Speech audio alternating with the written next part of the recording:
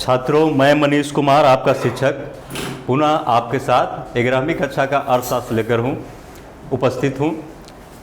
छात्रों, कुछ तबीयत की खराबी और गले के खराश के कारण हो सकता है कि मेरे शब्द प्रवाह में कुछ त्रुटियाँ आ जाए या शब्द प्रवाह भंग हो। ये तबीयत जो है बड़ी बेवफा चीज़ है, ये किसी को नहीं छोड़ा है। हम कौन सी चीज़ है, कथा सम्राट, उपन्यास सम्राट जो भी कह ले, मुंशी प्रेमचंद को भी जब ये तबीयत ने नहीं छोड़ा, मंगलसूत्र लिखते लिखते मुंह से ब्लीडिंग होते रही, तो फिर उनके मंत्र के जाप करके हम भी इससे लड़ लेते हैं। इसलिए कि मेरे छात्र, नौजवान छात्र, मेरे नौनिहाल अपने निश्चल नयनों से निरीह स्वरूप मेरी ओर ताक रहे हैं कि सर क्या आज बताते हैं। तब हमारा धर्म हो जाता है, शिक्षक धर्म है कि अपने उत्तरदायित्व का निर्वहन करूं। चलिए मैं सीधे पाठ में आता हूं। आपका पाठ पिछले पाठ से ही जुड़ा हुआ है। हम सांख्यिकी के तीसरे पाठ में थे और तीसरे पाठ के अब अंतिम चरण में पहुंच चुके हैं। अंतिम चरण में जो है हम निदर्शन विधि को पढ़ रहे थे। 7वें भाग में, तीसरे पाठ के 7वें भाग में निदर्शन की विधियां हमने पढ़ाना शुरू किया था।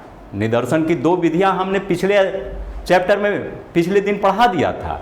आज ये तीसरे चैप्टर का 8वां भाग है और ये इस चैप्टर का अंतिम भाग है, जिसमें निदर्शन की शेष विधियां हम बता रहे हैं।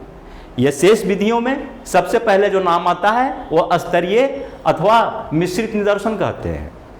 ये 2 नाम है, यहाँ पर 2 चीज आई है, स्तरीय अथवा मिश्रित निदर्शन। इसका मतलब ये नहीं है कि स्तरीय का अर्थ मिश्रित होता है। स्तरीय का अर्थ अलग है, मिश्रित का अर्थ अलग है। स्तरीय का मतलब है स्तर से, यानी लेयर से, परत से, और मिश्रित का अर्थ है मिलावट से। स्तरीय इस कारण है क्योंकि इसको लेयर में विभाजित किया जाता है, और मिश्रित इस कारण है क्योंकि इसमें 2 विधियों का प्रयोग किया जाता है, तो दोनों मिलकर हो जाता है मिश्रित विधि। इस विधि में किया क्या जाता है, इस पर मुख्य रूप से ध्यान दिया जाए। इस विधि में गुणों के आधार पर समूचे समग्र को वर्गों में बांट दिया जाता है। गुणों के आधार पर इस एग्जाम्पल से आप समझ सकते हैं। रंग भी एक विशेषण है, गुण है, हिंदी में आप पढ़े होंगे। तो यहां पर ये देखिए, लोगों की भीड़ है। इस भीड़ में कोई लाल कलर का है, कोई ब्लू कलर का है, कोई नीले कलर का है, कोई पीले कलर का है। कई तरह के लोग हैं, विभिन्न कलरों का। अब इनके रंगों के आधार पर रंग का कॉलम बना लेंगे कि पीला रंग, लाल रंग, और उसमें जितनी व्यक्तियों की संख्या है उसको हम डाल देंगे। अब जब व्यक्तियों की संख्या हम डाल देते हैं तो ये वर्ग बन जाता है, लाल का वर्ग, पीला का वर्ग, नीला का वर्ग। अब जितने निदर्श संख्याओं की हमको जरूरत है, यानी जितना जो है हमको चुनाव करना है उसमें से नमूने के लिए, उतने हम चुनाव कर लेंगे उन वर्गों में से। अब वर्गों में से चुनाव कैसे करेंगे, ये बात ध्यान देने वाली है। वर्गों में से चुनाव करने में पहली बात यह ध्यान देना है कि समग्र में इनका अनुपात क्या था। जैसे यदि ये 100 व्यक्ति हैं और 100 में लाल की संख्या 50 है, हमको जो है इसमें नमूनों की संख्या टोटल 10 चाहिए। तो 100 में अकेले 50 है, इसका मतलब लाल वाला, तो इसका मतलब है कि लाल से ही हमको 5 नमूना उठाना पड़ेगा, क्योंकि समग्र का वो आधा है, तो यहां नमूने में भी इसका आधा हिस्सा होना चाहिए। यदि ब्लू वाला 30 है तो इनकी संख्या 3 होनी चाहिए। यह तो हुआ कि किसका अनुपात क्या होना चाहिए। कहने का मतलब क्या है कि समग्र में जो मदों की गुणों में विभाजित मदों का जो अनुपात है, वही अनुपात उनके निदर्शों में भी आना चाहिए। अब यहां पर दूसरी चीज ये ध्यान देना है कि हम इनका चुनाव कैसे करें। इसमें दैव निदर्शन विधि से हमको चुनाव करना है, यानी संजोग के आधार पर। इसमें ध्यान देकर के नहीं कि हमको यही इसी को चुनना है, संजोग के आधार पर जो भी आ गए, क्योंकि ध्यान देने में पक्षपात की संभावना हो जाती है। अब आप समझ गए होंगे कि यह मिश्रित विधि क्यों है और स्तरीय विधि क्यों है। स्तर में बांट दिए गुणों के आधार पर, मिश्रित इसलिए हो गया क्योंकि चूंकि पहले इसको स्तर में बांट के हम निकाले और फिर दैव निदर्शन विधि को भी हम उपयोग किए, तो 2 विधि न प्रयोग हो गई, स्तर और दैव निदर्शन। इस कारण इसे मिश्रित विधि कहा जाता है। अब इसे हम बहुत बढ़िया एक एग्जाम्पल से समझ सकते हैं। मान लेते हैं सरकार ने, आप एक विद्यार्थी है अर्थशास्त्र के, और आप ही को दिया कि आप एक गांव का आर्थिक सर्वेक्षण करके हमको दिखाइए, इसी पर आपका परीक्षा का परिणाम है या हो सकता है नौकरी है, कि कितना अच्छा आप सर्वे करते हैं। तो आपको आर्थिक सर्वेक्षण किसी गांव का करने के लिए दिया है, तो आर्थिक सर्वेक्षण में आप क्या कीजिएगा, सब आदमी से जाके पूछिएगा? तो नहीं, मैंने पहले की कक्षाओं में कहा था कि आप कॉमन सेंस का अप्लाई कीजिए, यानी सामान्य ज्ञान का। अगर सामान्य ज्ञान का अप्लाई नहीं कीजिएगा तो उस सांख्यिकी वेत्ता और गणितज्ञ जैसा आपका हिसाब हो जाएगा कि जो नदी की पानी की औसत गहराई माप करके अपने छोटे छोटे बच्चों सहित नदी में चला गया था कि औसत गहराई तो हमारे परिवार के औसत ऊंचाई से कम ही है, हम लोग सब पार कर जाएंगे, और बच्चे क्या हुए, डूब के मर गए। तो सामान्य ज्ञान आपका वहां जो है प्रदर्शित करना उचित है। और सामान्य ज्ञान के आधार पर यहां पर यही बतलाता है कि 3000 व्यक्ति से हम नहीं पूछेंगे, सर्वे नहीं करेंगे, 3000 व्यक्ति से हम नमूना नहीं लेंगे। हम सिर्फ ये देखेंगे कि कौन कार्यशील जनसंख्या उसमें है, क्या 3000 जनसंख्या कमाई कर रही है, या नौकरियां कर रहे हैं, या कोई व्यवसाय से जुड़े हुए हैं। जितने लोग व्यवसाय से जुड़े हुए हैं पहले हम उनको सिलेक्ट करेंगे। तो वहां हम जाते हैं तो मुआयना करने पर पाते हैं कि इसमें 1000 जनसंख्या है जो कार्यशील है। अब 1000 जनसंख्या कार्यशील तो मिल गया, जो कमाऊ जनसंख्या है, लेकिन क्या एक ही चीज में काम करते हैं? कोई खेती में काम करता होगा, कोई नौकरी में काम करता होगा, कोई उद्योग में काम करता होगा, कोई पर्यटन में काम करता होगा। तो अब यही तो यहां पर मूल जो है इस विधि का प्रसार है कि तो इनको वर्गों में बांट दीजिए, एक खेती का वर्ग होगा, एक उद्योग का वर्ग होगा, एक पर्यटन का वर्ग होगा, और इस तरह देखिए आपको इस तरह का लिस्ट बना देना है। यहां आप देख सकते हैं कि कृषि 1000 टोटल व्यक्ति थे ना, आप ध्यान दीजिए यहां सारा नियम यहां पालन हो रहा है कि नहीं। कृषि में 200, व्यापार में 100, नौकरी में 150 व्यक्ति, दस्तकारी में 500, दस्तकारी समझते हैं ना, हाथ से काम करना, कुछ बुनना वगैरह, छोटे छोटे कुटीर उद्योग में दस्तकारी का महत्व होता है। मजदूरी में 50, यानी लेबर पर्सन 50 हैं। टोटल कितने ये हैं? 1000 कार्यशील जनसंख्या। अब इसमें से हमको नमूना लेना है, कितना लेना है, निदर्शन कितना लेना है? 10%। तो 10% हम देखेंगे कि 10% में किसका हिस्सा कितना होगा। तो खेती में कितने व्यक्ति लगे हुए थे? 200। तो 1000 में 200 लगे हुए थे, यानी आप देखिए कि 20% लोग लगे हुए थे। नमूना हमको कितना लेना है? 10%। तो 1000 का 10% कितना होगा? 100, यानी टोटल नमूना हमको लेना है 100। तो नमूना में भी खेती वाले का अनुपात 20% आना चाहिए। तो 100 का 20% कितना होता है? तो 20। व्यापार में भी, व्यापार में 100 लोग थे, यानी 10%। तो उस हिसाब से देखिए कि 10, नौकरी में 150 तो 15%, तो उस हिसाब से 15, दस्तकारी में 500 तो उस हिसाब से 50, और मजदूरी में 5। इस तरह हम इनको तैयार करते हैं। अब देखिए इस विधि के अब गुण क्या है।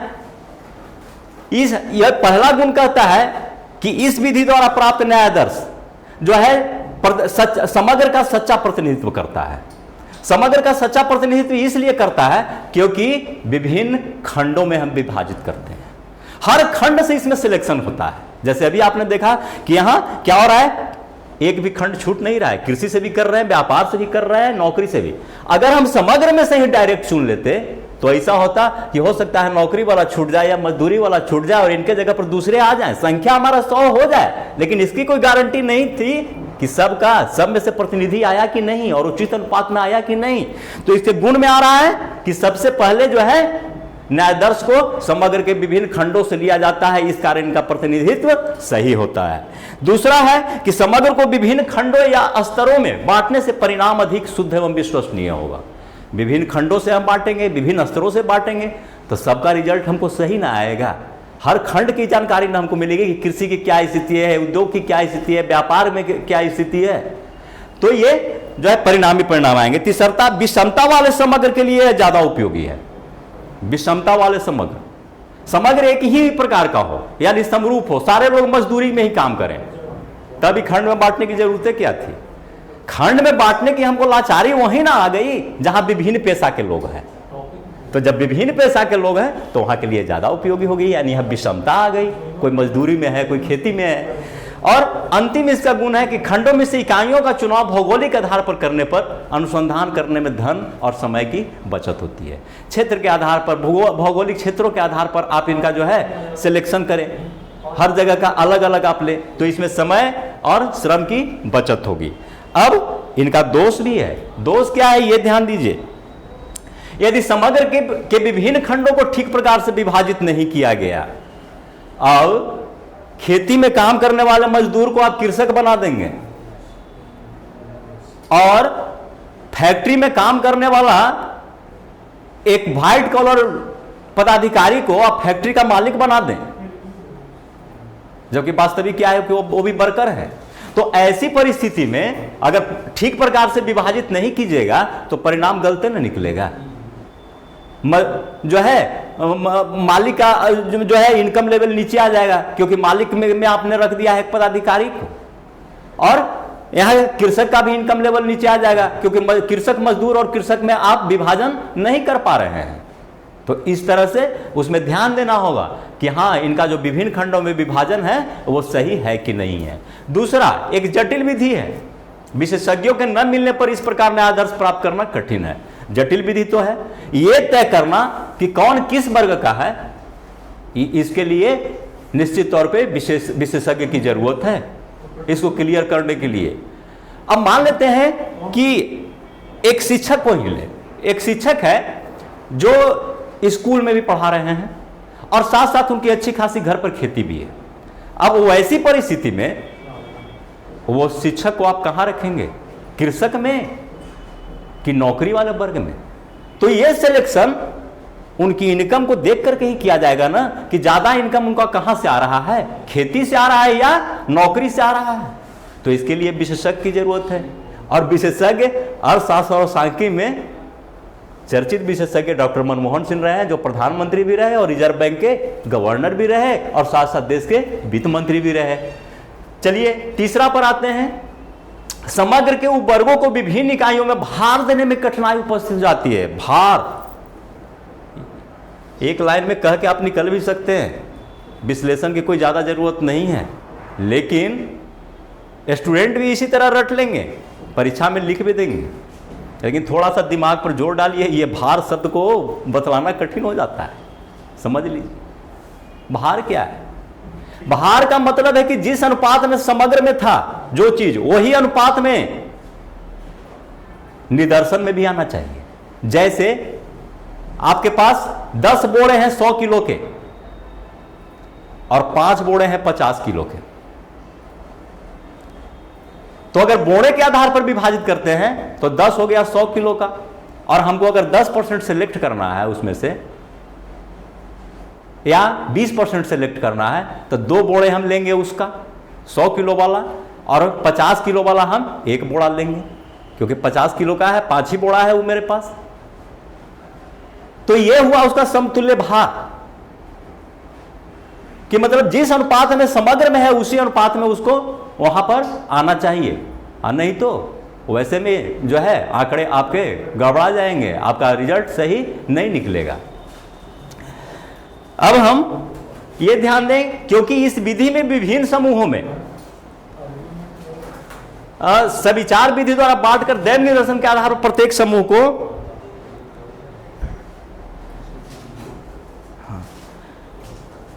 जिसको हम पहले ही बता चुके हैं, ध्यान दीजिएगा, क्योंकि इस विधि में हम क्या करते हैं, जो है स्तर के आधार पर बांट करके, और बांटने के बाद इसमें जो है हम दैव निदर्शन विधि से नमूनों का चुनाव कर लेते हैं। इस कारण इस विधि को हम मिश्रित विधि कहते हैं।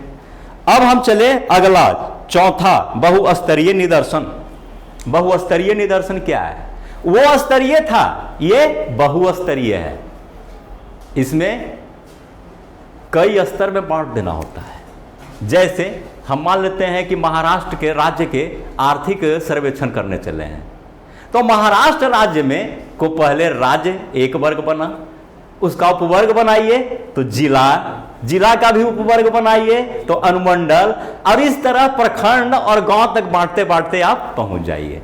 अगर वहां के आपको गृहस्थों के बारे में जानकारी लेनी है तो हम क्या करते हैं कि अंत में प्रत्येक गांव से दैव निर्दर्शन पद्धति के तहत हम गृहस्थों का सिलेक्शन कर लेते हैं, या कमाने वाले व्यक्ति अगर आर्थिक सर्वेक्षण कर रहे हैं तो कमाने वाले व्यक्ति का हम जो है चुनाव कर लेते हैं। ध्यान देना है किस पद्धति से? दैव निदर्शन पद्धति से, यानी सोच समझ करके नहीं, संजोग से, या तो लॉटरी मेथड, ढोल घुमाकर, टिपेट विधि, जिसको आप उपयोग कीजिए, पिछले क्लास में पढ़े थे ना। अब इससे क्या होगा कि इनको छोटे छोटे स्तरों में हम बांटते बांटते इतने स्तर में बांट दिए कि जो फाइनली स्तर आएगा सबसे लास्ट वाला, उसका न्यायादर्श बहुत छोटा होगा। आप सोचिए कि राज्य के स्तर पर ही हम समूचे न्यायादर्श उठा लेते और उन न्यायादर्शों से हम निष्कर्ष निकालते, तो हमारे पास आंकड़ों की भरमार हो जाती है और अशुद्धियां आने की खतरा थी। लेकिन अब क्या है कि उस राज्य को सैकड़ों गांव के हिस्से में हम बांटते चले गए, तो प्रत्येक गांव से अलग अलग रिजल्ट हम लेकर के एक औसत रिजल्ट निकालेंगे।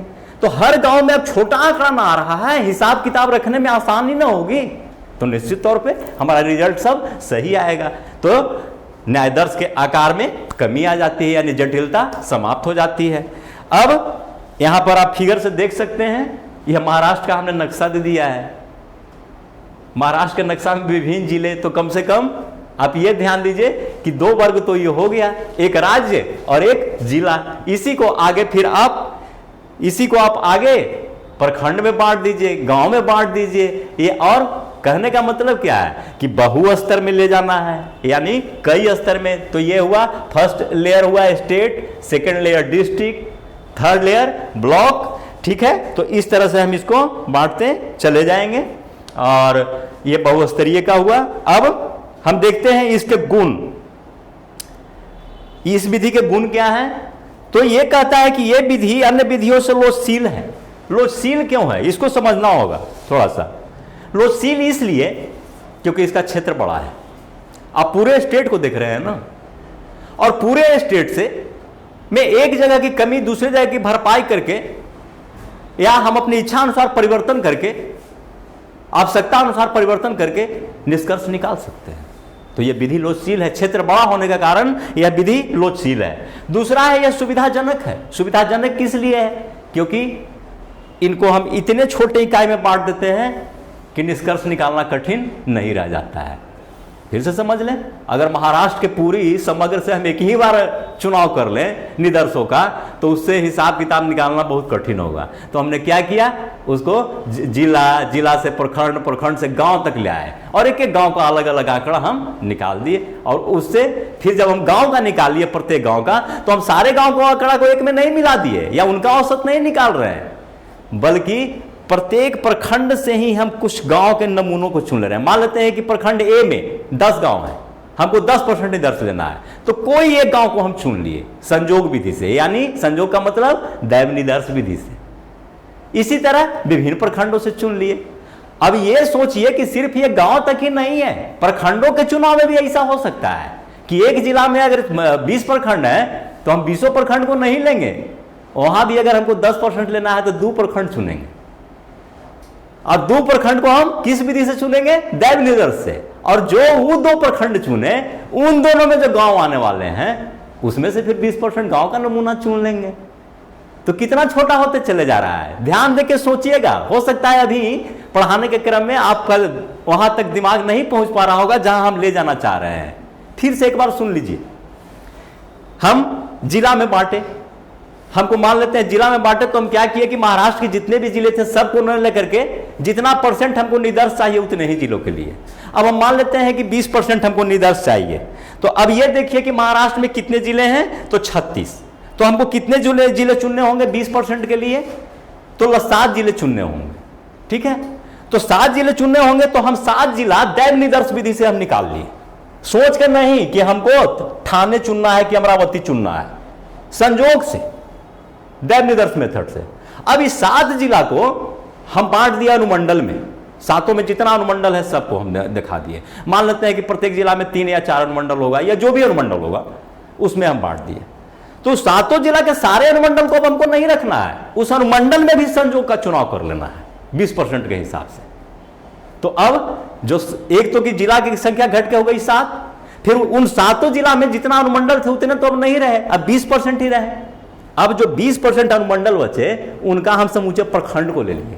अब मान लेते हैं कि एक अनुमंडल में 5 प्रखंड है, आपको 20% सेलेक्ट करना है, तो हम 20% दैव निदर्शन विधि से प्रखंड को सिलेक्ट कर लेंगे। अब उस प्रखंड में यदि 100 गांव हैं तो 20% के हिसाब से गांव का सिलेक्ट कर लेंगे, और सब में क्या प्रयोग होगा, दैव निदर्शन विधि।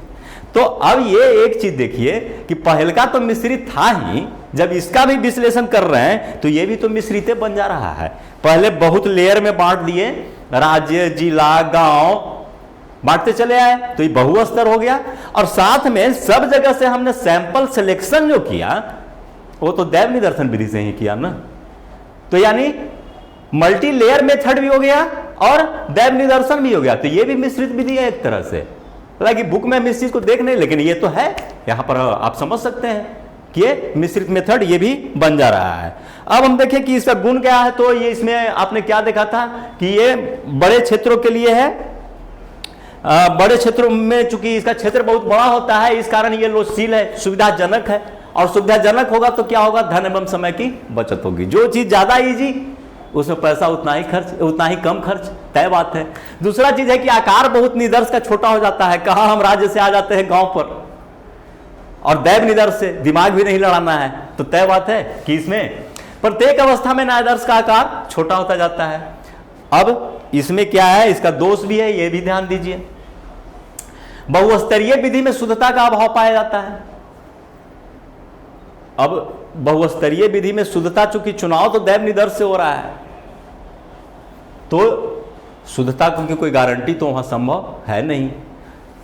सीमित अनुसंधान के क्षेत्र में यह विधि अधिक उपयुक्त नहीं होती। सीमित अनुसंधान, वो ऐसे जगह पर हम सर्वेक्षण कर रहे हैं, वो ऐसे क्षेत्र के लिए सर्वेक्षण कर रहे हैं जो क्षेत्र ही बहुत छोटा हो। जैसे किसी कॉलेज के स्टूडेंट के बारे में सर्वेक्षण कर रहे हैं, किसी फैक्ट्री के मजदूर के बारे में सर्वेक्षण कर रहे हैं, जैसे यहां हमने फैक्ट्री को शो किया है, यहाँ के मजदूर के बारे में सर्वेक्षण कर रहे हैं। तो एक ही फैक्ट्री है, तो यहाँ लिमिटेड ना मजदूर की संख्या होगी, तो इसमें दैव निदर्शन और मल्टी लेयर मेथड, बहुस्तरीय व्यवस्था, ये सब अपनाने की क्या जरूरत है। इसमें सीधे एक एक गाय का हम व्यक्तिगत सर्वेक्षण भी कर सकते हैं, तो यहाँ के लिए ये ज्यादा उपयुक्त नहीं है। तीसरा हम देखें कि न्यायादर्श ठीक, अगर प्रथम स्तर पर न्यायादर्श आप ठीक नहीं लिए तो बाकी पूरा का पूरा समाप्त, यानी उसका जो है डिरेल हो जाना है। हम मान लेते हैं कि कोई ऐसा चीज है महाराष्ट्र में, जो महाराष्ट्र के मुंबई डिस्ट्रिक्ट में है, सही, मतलब ज्यादा वो प्रतिनिधित्व करता है। कहने का मतलब कि जिस उद्देश्य के लिए हम अनुसंधान कर रहे हैं, उस उद्देश्य का ज्यादा प्रतिनिधित्व मुंबई करता है। चूंकि दैव निदर्शन विधि से हमको चुनना है डिस्ट्रिक्ट को, और हम मुंबई को छोड़ दिए, तो जब मुंबई के छोड़ दिए तो अब तो पूरा रिजल्ट का वो केंद्र बिंदु था, तो जो है गड़बड़ हो जाएगा ना। जैसे पिछले बार में आपने देखा था कि छूटना भी कोई बहुत महत्वपूर्ण चीज है, वो छूट गया तो रिजल्ट पर असर पड़ता है। जैसे मंत्रिमंडल के बारे में हमने कहा था कि सारे मंत्री को ले लिया, प्रधानमंत्री जी छूट गए। कोई भी मंत्री छूट जाए लेकिन प्रधानमंत्री नहीं छूटना चाहिए, क्योंकि सबसे महत्वपूर्ण वो हो जाता है। वहां पर कई मंत्रियों के बराबर उसमें प्रतिनिधित्व दिखाई पड़ती है। तो यहां पर वही चीज है कि अगर न्यायादर्श शुरुए वाला अवस्था में आप ठीक नहीं लिए, डिस्ट्रिक्ट छोड़ दिया आप, जो सबसे मतलब महत्वपूर्ण डिस्ट्रिक्ट था, तो कम महत्वपूर्ण वाले का ही प्रखंड और गांव आप सिलेक्शन कर रहे हैं, तो रिजल्ट उद्देश्य के अनुरूप कैसे आएगा? कुछ ना कुछ तो गड़बड़ी होगी ही। अब इसमें है कि शुद्धता की जांच भी संभव नहीं है, क्योंकि न्यायादर्श का आकार बड़ा होता है। जाहिर है पूरे स्टेट का न्यायादर्श है, खंड खंड में यद्यपि कि हमने गांव तक ले आया, लेकिन फिर भी सबको मिलाएंगे हर जगह का जो है सैंपल को, तो न्यायादर्श का आकार बड़ा होगा। और जब बड़ा होगा तो दूसरा न्यायादर्श फिर बनाना इतना आसान नहीं होता है। जब तक हम दूसरा न्यायादर्श नहीं तैयार करेंगे तब तक हम तुलना कैसे कर सकते हैं? हमारा बनाया हुआ न्यायादर्श सही है या गलत है, ये तो तभी प्रमाणित होगा ना जब कोई दूसरा न्यायादर्श उसकी तुलना करे। तो चूंकि दूसरा न्यायादर्श बनाना ही कठिन है, तो तुलना की बातें नहीं है, तो फिर शुद्धता की जांच कैसे होगी? तो ये एक समस्या इसके साथ है। अब ये यहां पर हमने तीसरा रखा है, और जिसको हम कहते हैं अभ्यंश। अभ्यंश का मतलब यही है, यहां पर ध्यान दीजिए, ये शब्द से ही है कि अभ्यंश को हम एक तरह से बोलचाल की भाषा में बोलते हैं कोटा। आजकल क्या हो गया है कि कुछ ऐसे प्रचलित वर्ड है जिसकी अंग्रेजी ही लोग ज्यादा समझ जाते हैं, हिंदी समझ में नहीं आती है। और लोग कहावत में भी प्रचलित है कि रिक्शा वाले को पटना में कहो कि सेक्रेटेरिएट ले चलो तो पहुंचा देता है, सचिवालय उसको पता नहीं चलता है। ठीक वही चीज़ है, कोटा मैंने जब ही कहा होगा आप लोग समझ गए होंगे। एक निश्चित आपके लिए जगह तय की जाती है, या निश्चित आपका हिस्सा तय किया जाता है, तो ये कोटा प्रणाली है। कोटा प्रणाली क्या है? इसमें विभिन्न विशेषताओं के आधार पर एक कोटा दिया जाता है कि इन विशेषताओं में इतना प्रतिनिधि चाहिए, इन विशेषताओं में इतना प्रतिनिधि चाहिए। ध्यान दीजिए। और इसमें अनुसंधान में लगे लोगों की दो ग्रुप होते हैं। एक होता है अनुसंधानकर्ता, मूल अनुसंधानकर्ता, और दूसरा गणक। ये कोटा तय करता है अनुसंधानकर्ता, लेकिन वो फील्ड में गणक का काम नहीं करता है। गणक का काम दूसरे व्यक्ति करते हैं। यहां साफ लिखा हुआ है कि अनुसंधानकर्ता गणकों को यह निर्देश देता है, अनुसंधानकर्ता गणकों को यह निर्देश देता है कि किस भाग से कितनी इकाइयां चुननी है। समझ रहे हैं? यानी कोटा तय करके दे देता है कि इस भाग से तुमको इतनी ही इकाई चुननी है, उसमें गणक की कोई मर्जी। लेकिन जो कोटा तय हो गया तो उस भाग से जितनी इकाई चुननी है, अब मान लेते हैं कि आपको किसी स्कूल से 20 लड़कियों को जो है सिलेक्शन के तर्ज पर 9th क्लास से चुनना है। अब वो 20 लड़की कौन होगी, इससे अनुसंधानकर्ता को कोई मतलब नहीं, वो गणक पर निर्भर है। तो अब दो चीज हो गया बिना मतलब का, एक दूसरे के लिए ध्यान दीजिए। कोटा तय करना, तो कोटा तय करने से सिर्फ मतलब है अनुसंधानकर्ता को, और कोटा तय करने के बाद नमूना चुनने से सिर्फ मतलब है गणक को, वहां अनुसंधानकर्ता का कोई काम नहीं है। तो जैसे यहां पर आप देख रहे हैं कि अनुसंधानकर्ता नीचे लिखा हुआ है केवल प्रत्येक भाग से ली जाने वाली इकाइयां, यानी कोटा ही तय करता है। अब इसको हम एग्जाम्पल के तर्ज पर हम देख सकते हैं। देखिए यहां पर है, हमने दिया है उदाहरण के लिए बजट सर्वेक्षण में सरकार गणकों को यह निर्देश देती है। ठीक ढंग से देखिएगा, 100 व्यक्तियों की जानकारी में क्या लेना है, 25% गृहिणियां, 25% निश्चित आय वाले व्यक्ति, 20% उत्पादक, 15% किसान, 10% व्यापारी और शेष 5% विद्यार्थी। तो ये तय करके दे दिया ना मूल अनुसंधानकर्ता। अब जब वो तय करके दिया तो उनको इतना ही चुनना है। अब इतना ही चुनना है, लेकिन फिर किसको चुनना है ये बंधन उनके पास, कोई भी 25 गृहिणी को वो अपने विवेक से चुन लेंगे। तो यहां पर दो चीजें हुई, अनुसंधानकर्ता कोटा तय करता है और गणक नमूना का चयन करता है। किस आधार पर? गुणों के आधार पर। अब यहां पर आप देख सकते हैं इस फिगर से, इसको यहां पर ये दिखाया गया है एज ग्रुप के आधार पर जो डिस्ट्रीब्यूशन है, ये बंटवारा है। तो ये गुणों के आधार पर ही कोटा तय है ना। इसमें देखिए अंडर 18, 18 से 24, 25 से 34 विभिन्न कलर से दिखाया गया है। अंडर 18 वाला ब्लू है, कितना है जो है 19.96। तो इस तरह विभिन्न का परसेंटेज दिया हुआ 65 और उसके एबव। तो ये गुणों के आधार पर इनका बंटवारा है। अब हम चलते हैं इनके जो है क्या क्या गुण हैं उन पर हम नजर डालें। तो ये पहला गुण है कि जिन सर्वेक्षणों में लोगों के विचार जानने होते हैं वहां यह लाभदायक है। लोगों के विचार जानने होते हैं कैसे? इसलिए कि इसमें मूल अनुसंधानकर्ता ही थ्योरी बनाता है कि हमको क्या करना है और उसके आधार पर कोटा तय करता है। तो अपने थ्योरी के अनुसार ही गणकों को आदेश देता है कि जाकर ये चीज पूछना जो उद्देश्य से जुड़ा हुआ है, इसका विश्लेषण बढ़िया से लेना। तो इसी कारण है कि लोगों के विचार जहां जानने हैं वहां अभ्यंस निदर्शन विधि लाभदायक है। दूसरा, यदि साक्षात्कारकर्ता प्रशिक्षित है तो प्राप्त निष्कर्ष संतोषजनक होंगे। साक्षात्कारकर्ता प्रशिक्षित हैं तो प्राप्त निष्कर्ष संतोषजनक होते हैं। ठीक है। और तीसरा, यह ध्यान दीजिए कि अन्य तुलना में इस विधि में कम समय और धन की खपत होती है।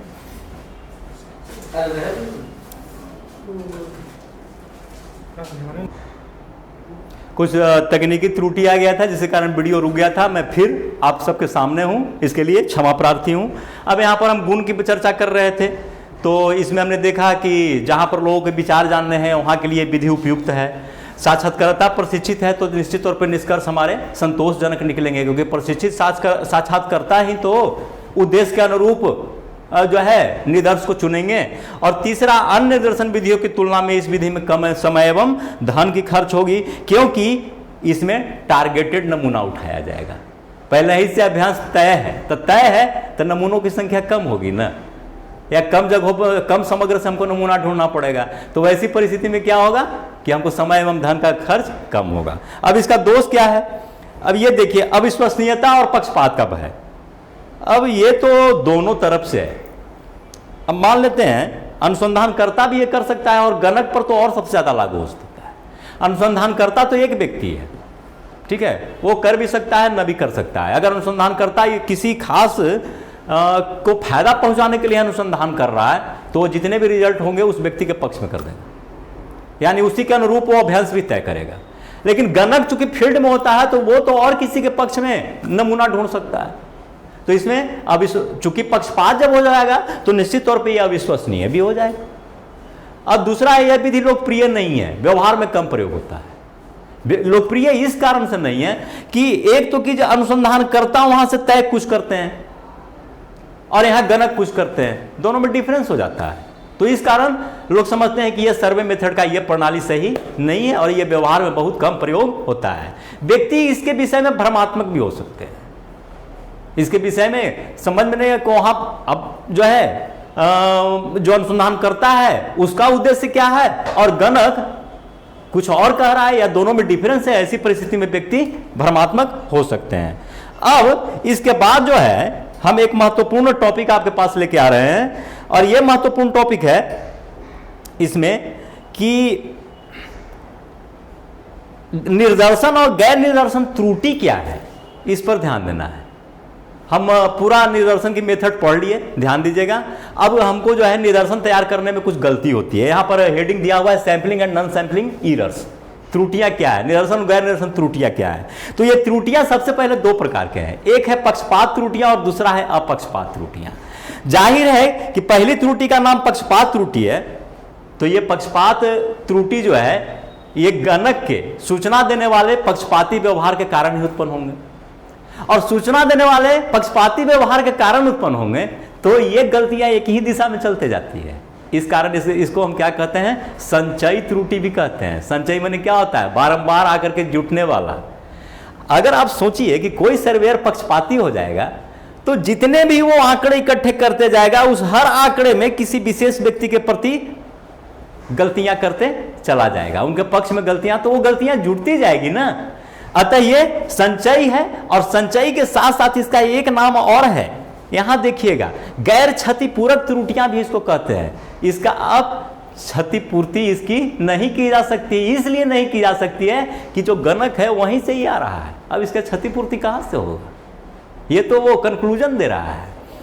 अब मूल समझना है हमको, अपक्षपात त्रुटियां ये संजोगवश उत्पन्न होती है और ये अपक्षपात त्रुटियों का संबंध है न्यायादर्श के आकार से।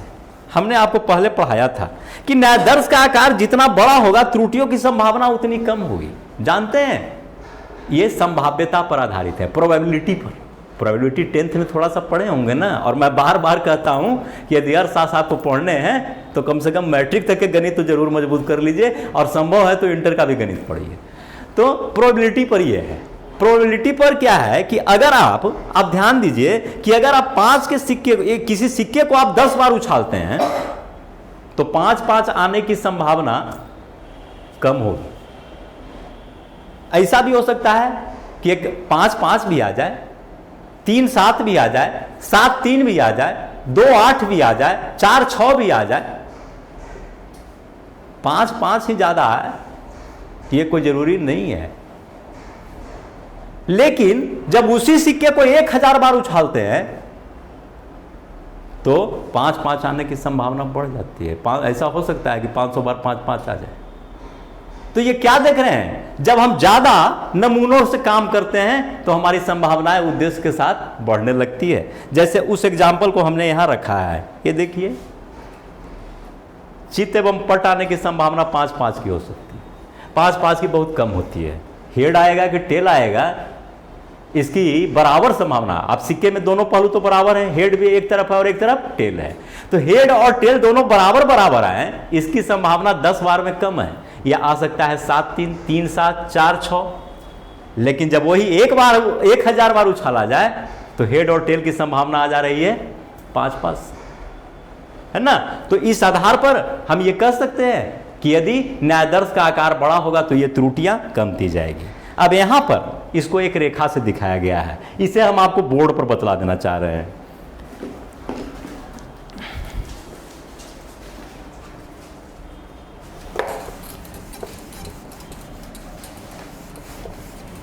आप यहां ध्यान देंगे, ये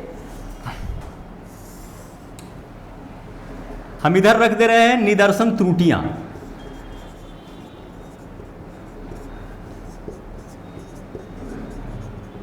और इधर रख रहे हैं हम न्यायदर्श का आकार।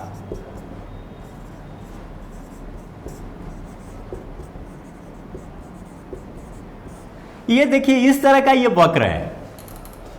आप इसमें देखिए न्यायदर्श का आकार हम मान लेते हैं कि यहां है, ये और ये, ठीक है, 1 2 एंड 3। अब ये देखिए अगर हम न्यायदर्श के आकार 1 को लेते हैं तो निदर्शन त्रुटियां इसको हम मान लेते हैं इस जगह पर, जो ये ओवाई एक्सिस के तरफ जो ये टच कर रही है बिंदु, इसको हम मान लेते हैं 10। चलिए अब हम न्यायदर्श के आकार को बढ़ा के 1 से 2 यूनिट कर दिए, तो जब 2 कर रहे हैं तो ये रेखा के ऐसे बिंदु पर, वक्र के ऐसे बिंदु पर टच कर रहा है जहां पर आप ये देखिए कि त्रुटियां अगर यहां से यहां तक 10 थी तो निश्चित तौर पे 0 से इस जगह पर आधे से भी कम गया, यानी यहां पर 4 हो सकता है। तो आपने क्या देखा, न्यायदर्श का आकार 1 से 2 बढ़ा तो त्रुटियां घट के 10 से 4 हो गई। अब हम अगर यहां पर टच करते हैं तो ये देखिए और घट गया, तीसरे यूनिट पर ये 3 आ गया। तो ये बतला रहा है कि जैसे जैसे न्यायदर्श का आकार बढ़ता है त्रुटियां कमती जाती है, लेकिन हम समझते हैं कि इतना कह देने से काम नहीं चल जा रहा है। ये है क्या, ये वक्र क्यों ऐसा, यही वक्र यहां पर दिया गया है, इस बात को ध्यान रखिए। ये वक्र ऋणात्मक ढाल का है। ऋणात्मक ढाल का क्या है विशेषता, कि जब एक चर बढ़ता है तो दूसरा चर घटता है। ये कोई भी आप 10th में पढ़े होंगे तो ध्यान दीजिए, कोई भी रेखा जो होता है, रेखा के प्रत्येक बिंदु पर दर समान होते हैं, लेकिन वक्र के प्रत्येक बिंदु पर दर भिन्न भिन्न होते हैं। यहां पर ये हमने रेखा की अभी यहां बात की है, तो ये रेखा को मैंने कहा कि ये निगेटिव स्लोप की है। निगेटिव स्लोप को हम तय कैसे करेंगे, तो स्लोप को हम टेंजेंट के आधार पर तय करते हैं। अब इसको आप देखिए, इस स्लोप के आधार पर हम इस रेखा से एक समकोण बना दिए, ठीक है, इससे हम नीचे की ओर लंब खींचे और इससे बाएं की ओर लंब खींचे, इसको हम मिला दिए, समकोण त्रिभुज हो गया, ठीक है। अब इस समकोण त्रिभुज में हम मान लेते हैं कि इनका अनुपात है 10:5 का, या मान लेते हैं कि ये दूना है इसके तुलना में, या ऐसा भी हम मान सकते हैं कि ये बराबर है, ये ध्यान दीजिए। अब हम इसका ये बिंदु लेते हैं, इस रेखा के इस बिंदु को हम लेते हैं, तो ये देखिए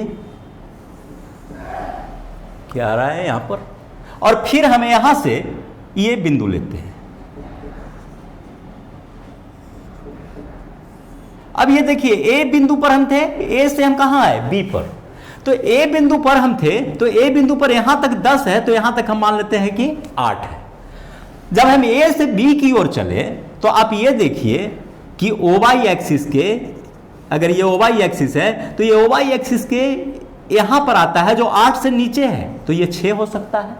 तो जब 6 होगा तो यहां परिवर्तन कितना का हुआ, तो ये 8 से 6, ओवाई घट के कहां से कहां आया, 8 से 6, तो ये परिवर्तन नीचे की ओर है, यानी 2 का डाउनवर्ड्स परिवर्तन। लेकिन जब यही हम x की तरफ बढ़ते हैं तो आप ये देखिए कि ये बिंदु बताता था कि x से यहां पर 2 है, अब बढ़ के हो जा रहा है 3, बढ़ ही रहा है ना, कोई जरूरी नहीं है कि 3 हो, 4 भी हो सकता है, या तो हमें सामान्य समझ बता रहे हैं कि, लेकिन ये बढ़ तो रहा है, तो बढ़ के इधर की ओर गया, ये तीर की निशान दाएं साइड में जा रहा है, तो ये यहां पर 1 बढ़ रहा है। अब हमने क्या कहा कि ये परिवर्तन की दर को, ये परिवर्तन का चिन्ह है, परिवर्तन की दर को मापता है।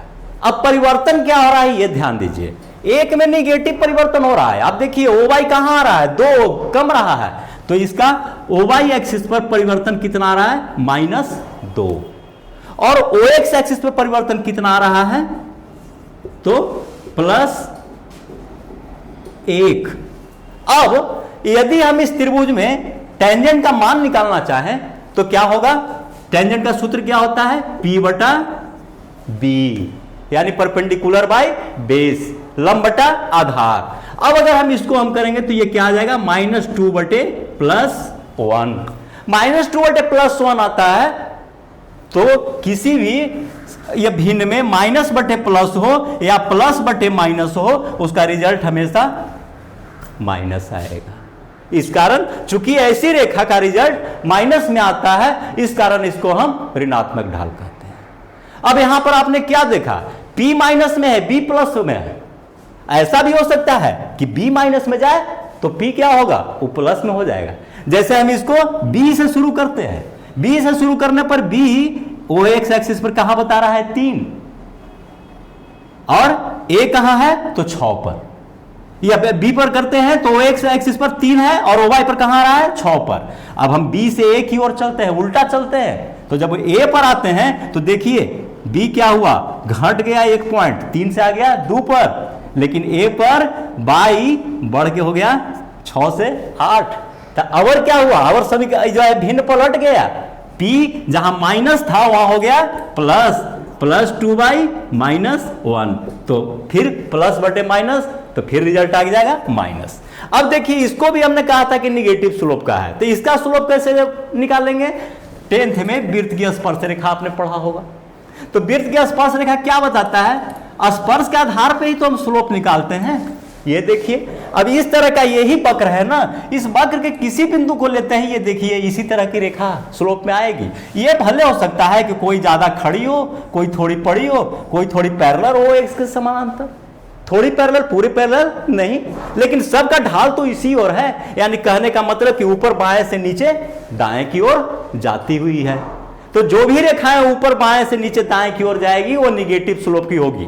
ठीक है, इसका प्रत्येक इसमें जिस भी बिंदु पर हम स्पर्श रेखा खींचेंगे वो सारे के सारे क्या होंगे, ऊपर बाएं से नीचे दाएं की ओर जाते हुए होंगे। लेकिन ठीक इसके अपोजिट में अगर हम आते हैं तो ये रेखा को आप देखिए, यहां पर ये धनात्मक ढाल वाली है। क्यों, क्योंकि इसका आप किसी बिंदु को लीजिए A, B और C, आप देखिए A बिंदु पर हम दोनों ओर लंब मिलाते हैं, B पर मिलाते हैं और C पर मिलाते हैं। अगर यहां पर ये OX एक्सिस और OY एक्सिस है, मान लेते हैं कि यहां पर 1 है, 2 है, तो ये 3 बढ़ते क्रम में है, ये भी 1, 2, 3 या कोई भी डिजिट आप दे सकते हैं, तो लेकिन इतना तो तय है कि ऊपर की ओर जा रहा है तो बढ़ते हुए है। तो यहां हम क्या देख रहे हैं, A बिंदु पर देख रहे हैं कि यदि X 1 है तो Y 1 है।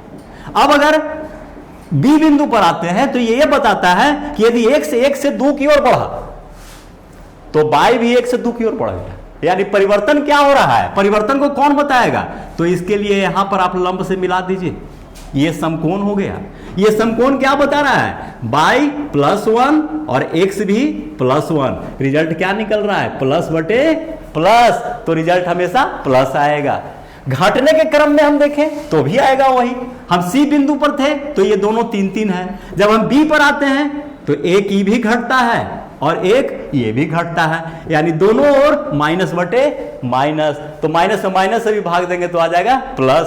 तो ये जो नीचे बाईं से ऊपर दाईं ओर जाती हुई रेखा हो वो धनात्मक ढाल वाली, और जो नीचे जो है ऊपर बाएं से नीचे दाईं की ओर जाती रेखा हो वो ऋणात्मक ढाल वाली होगी। ये आगे बहुत काम आएगा और सबसे ज्यादा आपको 12th का इकोनॉमिक्स में ये काम आएगा। इसी पर समूचा इकोनॉमिक्स 12th का आपका खड़ा ही है। ये दिमाग में रखें, निगेटिव और पॉजिटिव स्लोप को, और गहराई से घर पर प्रैक्टिस करने की खुद रेखा बना के कोशिश करें। चले अब हम फिर स्क्रीन पे आते हैं। तो हम समझते हैं कि आप इस चीज को समझ गए होंगे, जो ये बता रहा है कि निदर्शन की त्रुटियां और न्यायादर्श के आकार में ऋणात्मक संबंध है। उस वक्र के आधार पर तो हम यही कह सकते हैं ना कि निदर्शन त्रुटि और न्यायादर्श आकार में क्या होगा, निगेटिव संबंध होगा, यानी अपोजिट डायरेक्शन में संबंध होगा। कहने का मतलब क्या है कि एक बढ़ेगा तो दूसरा घटेगा, एक में पॉजिटिव चेंज होगा तो दूसरे में निगेटिव चेंज होगा, यानी जब भी होगा तो प्लस बटे माइनस या माइनस बटे प्लस होगा। तब तो वैसी परिस्थिति में अगर कोई आपसे कहे कि निगेटिव चेंज है और निदर्शन त्रुटि घटानी है, तो आप अपने मन से भी आंसर दे सकते हैं ना कि निदर्शन त्रुटि घटानी है और निगेटिव चेंज में चलना है, तो ये कर दो ना कि न्यायादर्श का आकार बढ़ा दो, क्योंकि दोनों में निगेटिव रिलेशनशिप है, ये है, और निदर्शन त्रुटि कम करना है, तो यही ना आपका निगेटिव ढाल बता रहा है कि एक को बढ़ाने पर दूसरा घट जाता है। तो आपको घटाना क्या है, निदर्शन त्रुटि, तो उसका अपोजिट कौन है, तो न्यायादर्श का आकार, तो न्यायादर्श का आकार बढ़ा दो तो निदर्शन त्रुटि अपने आप घट जाएगी। ठीक है, अब हम समझते हैं कि इसको आप समझ गए होंगे। अब एक है अंतिम बचा हुआ गैर निदर्शन त्रुटि। गैर निदर्शन त्रुटि ये संगणना और निदर्शन दोनों में आ सकते हैं, यही कारण है इसका नाम कि गैर निदर्शन त्रुटि है। ये संगणना में भी आ सकता है और निदर्शन मेथड में भी आ सकता है। जो है निदर्शन में आपने क्या देखा, दो गो पक्षपात और अपक्षपात। इसमें है गैर निदर्शन त्रुटि। इसमें क्या होता है कि सूचक की लापरवाही, गणक की अयोग्यता, गणक की लापरवाही, भूल, अंकन त्रुटि, ये सब के कारण जो है निदर्शन में त्रुटि आ जाती है, आंकड़ के निष्कर्ष में त्रुटि आ जाते हैं। इसको हम गैर निदर्शन त्रुटि कहते हैं। बहुत ही आसान है, इसमें मूल रूप से आपको ज़्यादा दिमाग नहीं लड़ाना है, सिर्फ इतना ही समझना है कि ये सारे कुछ फील्ड में काम करने वाले जो सर्वेक्षण करने वाले गणक हैं, उनकी लापरवाही या उनकी अयोग्यता के कारण ये पैदा होता है। अब ये चैप्टर जो है लास्ट पर जा रहा है। अब इस लास्ट में हम देख ले कि निदर्शन त्रुटि और गैर निदर्शन त्रुटि में क्या क्या अंतर आ गया। तो इसके निष्कर्ष के तौर पर हमने 2 पॉइंट में इसको दे दिया है। यहां देखिए, निदर्शन त्रुटि न्यायादर्श निष्कर्ष और संगणना निष्कर्ष का अंतर होता है। ये कहता है ये त्रुटियां आंकड़ों के संकलन, रिकॉर्डिंग, सारियन करते समय उत्पन्न हो जाती है। दूसरा, ये त्रुटियां न्यायादर्श अध्ययनों में उत्पन्न होती है। और गैर निर्दर्शन, ये त्रुटियां संगणना एवं निदर्शन दोनों में होती है। जो चीज हमने समझाया बस उसी को यहां पर ये रख दिया है, कोई फर्क नहीं है। अब अंतिम में ये ध्यान दीजिए, एक प्रकार से निदर्शन की विधियों का इस तरह भी वर्गीकरण कर दिया गया है। लेकिन मैं फिर बता दे रहा हूं कि आप परीक्षा में यूज करेंगे जो अब तक विधि पढ़े उसी को, वो सारी विधियां इसमें भी है, लेकिन थोड़ा सा डिफर कर दिया है। इसमें देखिए 2 विधि मूलतः ले लिया है, एक दैव निदर्शन, एक अदैव, यानी एक संजोग से चयन करना है, एक सोच समझ के चयन करना है। दैव निदर्शन के अंदर क्या किया है, निर्वात दैव और प्रतिबद्ध दैव। एगो में कोई रिस्ट्रिक्शन नहीं है, एगो में रिस्ट्रिक्शन है, बंधन है, ठीक है। अब प्रतिदैव दैव निदर्शन में, प्रतिबद्ध दैव निदर्शन में आप देखिए स्तरीय, व्यवस्थित और बहुस्तरीय तीनों को इसमें डाल दिया है। स्तरीय को आपने क्या देखा था, व्यवस्थित और बहुस्तरीय, स्तरीय और बहुस्तरीय दोनों किसमें था, मिश्रित विधि भी हम उसको बोले थे, खास करके स्तरीय तो बिल्कुल था। और बहुस्तरीय को हमने दिखा दिया था पिछला में दैव निदर्शन के अंदर। तो यहाँ भी आप देखिए ये दैव निदर्शन के अंदर ही आ रहा है। अब इसमें अदैव में आप देख रहे हैं कि अलग से दे रहा है सविचार, अभ्यंश और एक एक्स्ट्रा सुविधा अनुसार, जो हम इसमें उसका हम विश्लेषण नहीं किए हैं। तो जाए यहाँ पर बिल्कुल दिमाग में रखिए कि याद करने के लिए इसको भी रखिए, लेकिन आप काम जिस तरह से हमने विश्लेषित किया है उसी के अनुरूप करेंगे। अब ये जो है, इसके बाद हम ध्यान दें कि इन सारी अध्ययनों के बाद निदर्शन की विश्वसनीयता सबसे प्रमुख प्रश्न बन जाता है। यानी हम एक तरह से कहें कि देश और दुनिया की सारी व्यवस्था सर्वे पर ही तो टिका हुआ है, क्योंकि उसी के आधार पर तो हम आगे पॉलिसी बनाते हैं, पुराने आंकड़े तलाशते हैं कि किस चीज़ में क्या अभी तक हम प्रतिफल पाए हैं और आगे क्या आ सकता है। तो एक तरह से सारी विकास निर्भर इसी बात पर करता है कि हमारा सर्वे कितना सही है। तो सर्वे कितना सही है, इसका मतलब है कि सर्वे कितना विश्वसनीय है, हम इस पर विचार करते हैं एक सांख्यिकी शास्त्री होने के नाते। तो सर्वे में विश्वसनीयता कैसे हो, इसके लिए हमको निम्न बिंदुओं पर ध्यान देना पड़ता है। पहले है कि सर्वे का आकार यानी निदर्शन का आकार पर्याप्त होना चाहिए, जो है या निदर्शन का आकार जो है पर्याप्त होना चाहिए। दूसरा है कि निदर्शन का चुनाव, हम जो सैंपल चुन रहे हैं वो सही है कि नहीं है, प्रतिनिधित्व कर रहा है कि नहीं। ध्यान दीजिएगा, यहाँ सर्वे से मतलब नहीं है बल्कि सैंपल से मतलब है। यानी हम चाहे सर्वे से हम रिजल्ट निकालें या सैंपल से, ठीक है, हमको रिजल्ट विश्वसनीय होना चाहिए। तो चूंकि हम सर्वे मेथड पहले ही पढ़ चुके हैं, यहाँ पर हम सैंपलिंग मेथड पढ़ रहे हैं यानी निदर्शन विधि पढ़ रहे हैं। तो निदर्शन की विश्वसनीयता किस किस चीज पर डिपेंड करती है, इस बात को ध्यान में रखना है। पहला है पर्याप्त आकार इसका निदर्शन का इतना भर हो कि सबका प्रतिनिधित्व हो। निदर्शन का चुनाव, कोई इंपॉर्टेंट छूट न जाए जो रिजल्ट को प्रभावित कर सके। तीसरा पक्षपात रहित, यानी कोई पक्ष नहीं होना चाहिए किसी की तरफ, नहीं तो अविश्वसनीय हो जाएगा। स्वतंत्रता, परस्पर निर्भरता नहीं, ये ध्यान दीजिएगा, ये एक बहुत इंपॉर्टेंट पॉइंट है।